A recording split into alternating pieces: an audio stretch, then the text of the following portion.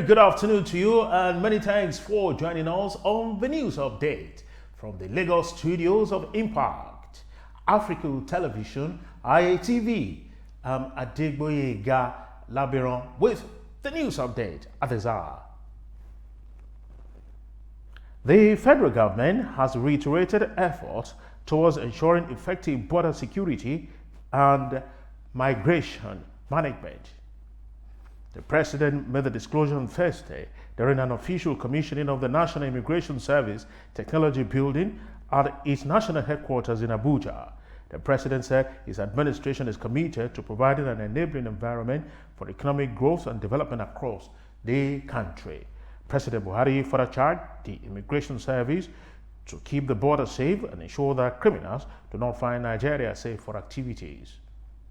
This administration is relentless in its avowed desire to create an enabling business environment that will usher in economic boom for Nigerians and all those who do business with and in Nigeria. I charge you to be relentless in carrying out your statutory duties of keeping our borders safe while we ensure that criminal elements don't find Nigeria as a safe haven.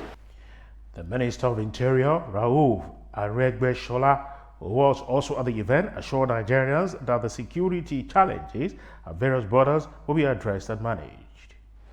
This development will have a great impact on our security.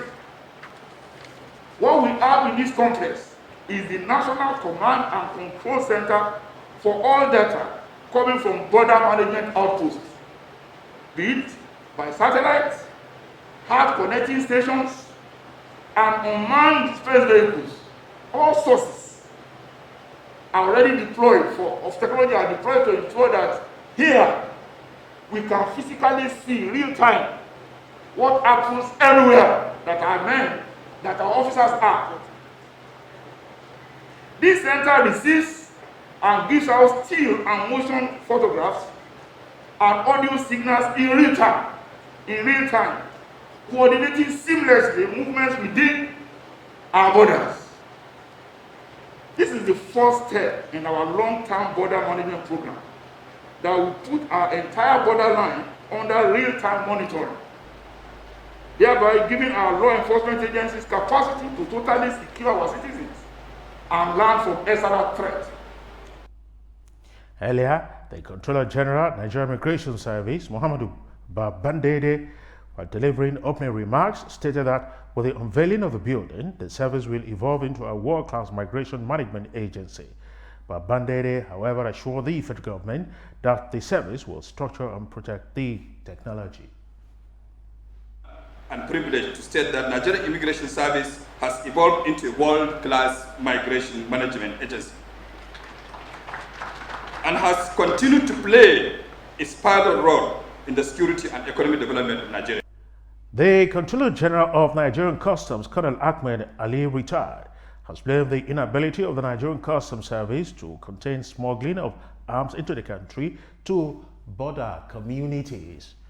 Colonel Ali, who received these at the 2020-2021 Budget Defense and Consideration organized by the House of Representatives Committee on Customs, said border communities gang up with smugglers, killing 8 officers and burning their vehicles in order to protect these smugglers. The CG Customs, while noting that shortage of manpower is affecting the performance of customs, also revealed that the service is targeting a revenue generation of 1.4 trillion naira this year. Most of these communities where this smuggling takes effect do not have the feel of government. We have done everything. We have used our resources to even draw them closer to government by sinking boreholes, by creating the clinics and allowing them to benefit. That's the maximum custom can do within its own budget. But there's an agency that was established to ensure that there's governance in our borders. Today, there's nothing. These people do not owe allegiance to us. And that's why I'm sure the chairman would recognize this, that our biggest problem now is that communities, border communities, gang up with smugglers to fight customs. They burn our vehicles and kill our men because they don't owe any allegiance to us. They owe allegiance to those smugglers because they give them employment. Deputy Chairman, House Committee on Customs, Honorable Leke Abejide, lamented the inability of the service to recruit personnel to fill existing vacancies in the service. Abejide expressed concern over the porous nature of the nation's borders, which he said contributed to revenue loss. The budget of the 2020 that we are discussing the performance now, we have 7.6 billion.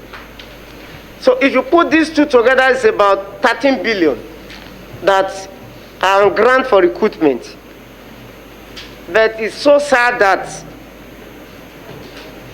up to now, we have not seen these officers being recruited. Apart from what we are hearing that we are going to recruit 3,200. So we have about 13 billion on ground for recruitment, and we just read it in the news that you are just trying to recruit 3,200 officers. We want to know what happened to that one of 2019 when we have 5.2 billion. Then again, last year we have 7.6 billion, and in this year budget, which we are going to consider, there's another 9.6 billion. So, you know, for us not to have problem in approval, when we even if we approve here at committee level, for us not to have problem at the plenary for this budget to be passed, we would like a detailed explanation so that in our report, when we are laying the budget, we'll be able to explain to them this is what happened in 2019, this is what happened in 2020. The Controller General Customs further stressed the need for collaboration with other security agencies and border communities to secure the nation's borders from illicit items, saying the service will redeploy over 100 personnel to man the land, water and air borders in line with its e-custom service in the country. The chairman of the National Drug Law Enforcement Agency, NDLEA, Brigadier General Buba Marwa, retired, has lamented to the leadership of the National Assembly that the agency is in serious financial mess, which had lowered the morale of the entire staff. Marwa, who first made the lamentation to the leadership of the Senate before going to the House of Representatives to do the same, said the agency currently owes its workforce about 4 billion naira, entitlements cutting across allowances, promotion arrears. According to him, the non-payment of the entitlements to staff has in no small way affected the morale of the staff in the fight against hard drug abuse in the country. He explained that he met the agency in Comatose about 6 weeks ago when he assumed office as chairman and chief executive officer, but trying hard to raise the morale of the operatives, which according to him cannot be achieved without required motivation financially and adequate working tools. He therefore called on the National Assembly to review the act establishing the agency to enable it to intensify fight against the debilitating drug abuse in the country. He therefore called for an urgent need to amend the act establishing the NDLEA for effective fight against drug abuse, noting that the act was promulgated in 1989 just as he called for improved funding through required appropriation by the National Assembly. In his remarks, the President of the Senate, Ahmed Lawan, said the Senate will give an expeditious passage to the amendment of this act of NDLEA, which will entail stiffer penalties for offenders, particularly the drug barons.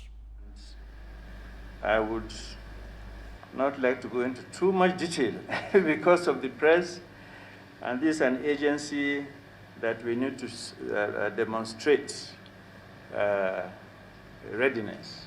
Unfortunately, the state of readiness is very, very weak. The morale, above all, is the weakest that I've ever met in any paramilitary institution. almost every single staff is owed either a DTA allowance or his allowance for prosecution, the movements to and fro, court processes, or transfer, traveling. There's over 4 billion naira owed just for the staff.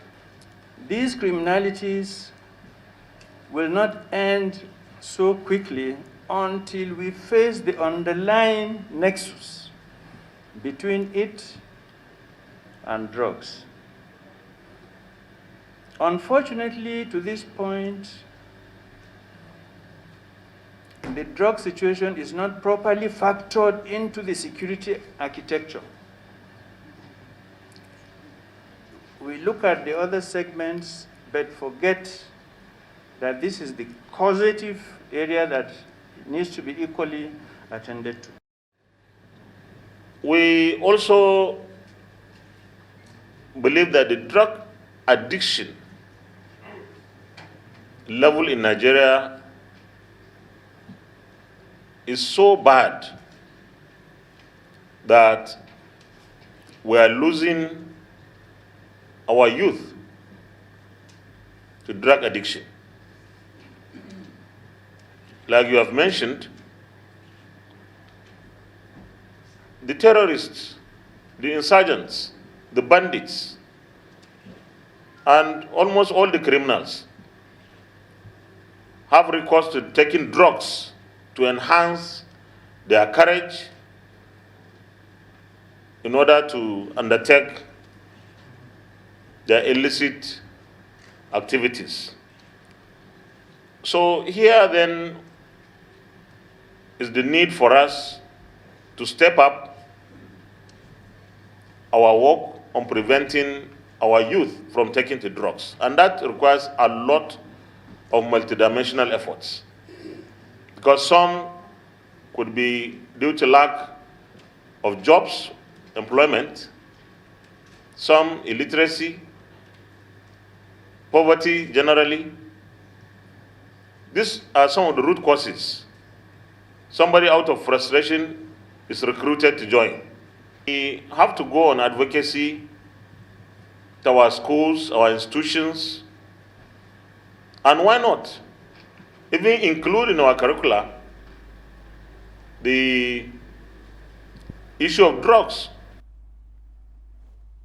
That was the Senate President, Ahmed Lawan.